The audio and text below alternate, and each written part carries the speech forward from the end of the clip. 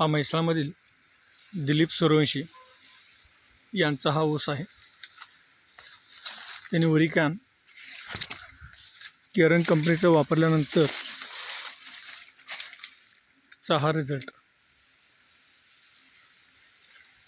त्यांची पूर्णपणे रोप लागण होती.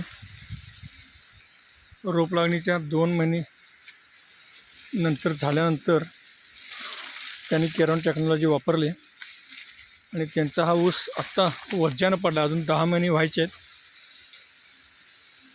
तो हा ऊस